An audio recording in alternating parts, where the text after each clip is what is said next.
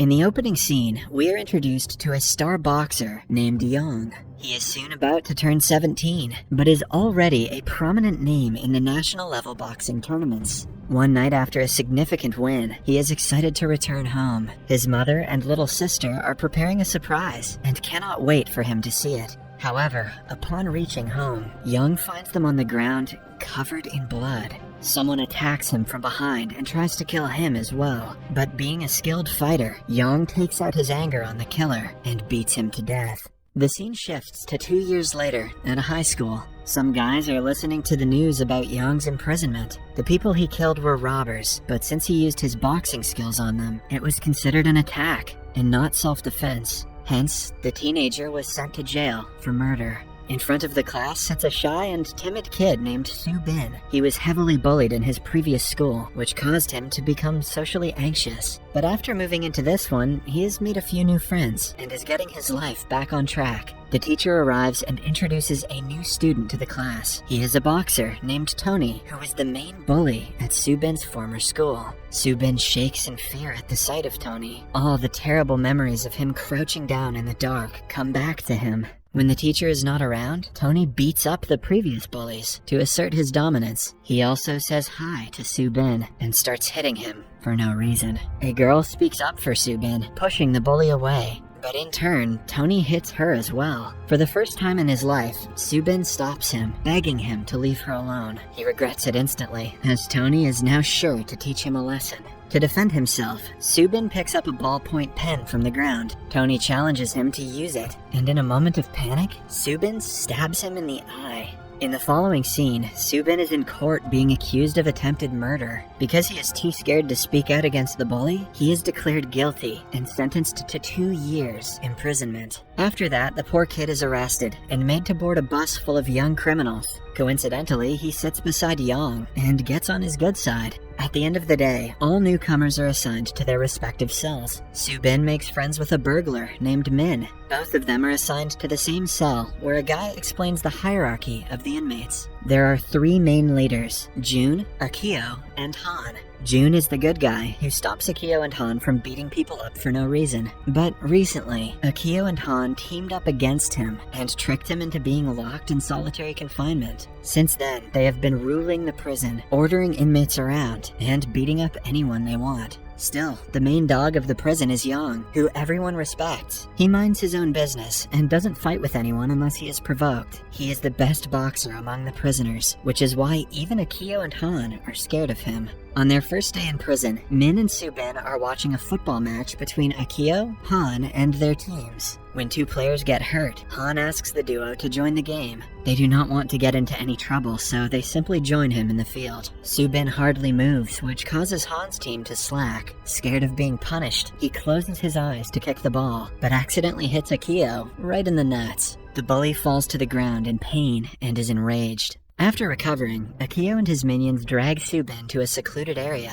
This reminds him of the time the same thing happened to him at school. He trembles in fear, cries and begs, but no one listens. Suddenly, they come across Young and act like nothing's wrong. This makes Soo Bin realize that even the bullies are scared of him. When their grip loosens, he runs to Young and begs him for help. Young likes to mind his own business most of the time, but seeing Soo Bin beg, he decides to help him. Akio tries retaliating and is punched to the ground in a single blow. Soo Bin, who has never seen someone so fearless, is shocked. The inmates are also schooled in the prison. While in class, Akio doesn't stop staring at Soo Bin, determined to teach him a lesson, since he cannot go against Young. Just then, a guard asks Soo Bin to come outside to meet a visitor. The visitor is none other than Tony. He has completely lost vision in the eye he was stabbed, which almost ended his boxing career. Moreover, he was suspended from school and is now on the streets with no money. He blames all of this on Soo Bin and cannot wait for him to get out of prison.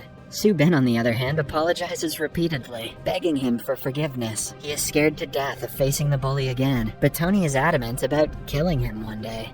The following day in class, Subin notices Yang training outside through the window. This makes him realize he has 2 years to train if he doesn't want to be killed by Tony. During recess, he goes to Yang and requests him to teach him self-defense. Initially, Yang refuses, afraid that Subin will use the knowledge to be a bully like the others. But Subin explains that he is tired of always being the victim. He is at his breaking point and can no longer run from his fears. The comment makes Yang learn that Subin is only a helpless kid. He knows what it is like to be on the receiving end, which means he won't misuse his strength if trained. Still, to test his endurance, Subin asks him to run 100 laps in 40 minutes. The training will start only if he is able to do so. Determined to prove his worth, Subin starts running and doesn't lose his pace, even though he is not used to it. While he is at it, he remembers how he was insulted, berated, and beaten by Tony and his group. He was so scared that he used to pee his pants as they continually kicked him. The thought of being in that position again gives him the strength to keep going.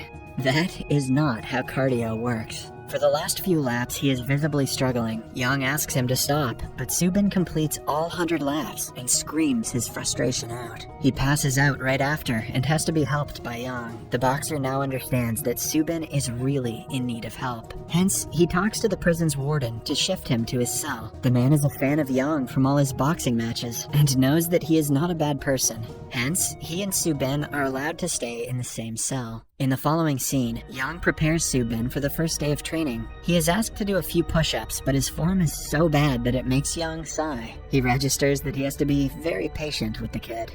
In the meantime, Akio is also training and planning to get his hands on Subin when he is not with his boxer bodyguard. His minions say that they should target Min because he used to be friends with Subin. If he can bring Subin away from Yang, they can finally get their way with him. Somewhere else, upon seeing that Subin cannot even do a pull-up, Yang asks him how he has been living life with such a weak body. Subin in turn claims that he is too tired and wants to rest. Yang almost questions if he made a mistake by agreeing to train him. He makes it clear that if Subin wants to take the easy way out, he will be sent back to his cell. This reminds Subin why he is training in the first place, and he continues trying to do the pull-ups. Every day, the number of reps multiply, and Subin struggles to keep up.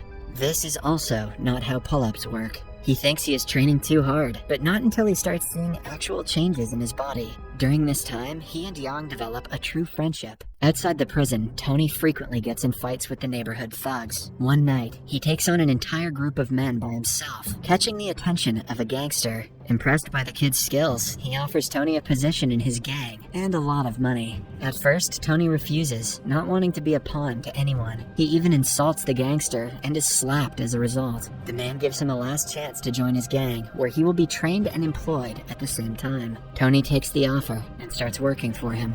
The following day, in prison, Min and Subin are together during lunch. As they chat, we find out that Yang is turning 18 soon and will be sent to adult prison. After his departure, no one will be there to save Subin from Akio, so he should be extra careful around him. Subin has no idea about this and is disappointed that Yang never told him. Later, he asks Yang if he is actually leaving the jail. Yang affirms and asks him to focus on training instead. Subin was bound to be on his own one day or the other, and it is best for him to start as soon as possible. At the same time, Min is being bullied by 2 of Akio's minions. They proceed to hit him, but are stopped by Subin midway. The men ask him to look down when he is talking to them. When Subin refuses, they attack him, but he can easily defend himself this time. A while later, Akio finds out what happened and glows red in anger. He asks his minions to get Subin to him one way or the other. The minions are scared of both parties, so they beg Subin to help them. He agrees, and comes to meet Akio in his secret hideout. Before the thug can say anything, Subin bows down and asks for forgiveness for hitting his people. He also explains that they hit Min first, which is the only reason he was defending himself. The apology does nothing but infuriate Akio even more.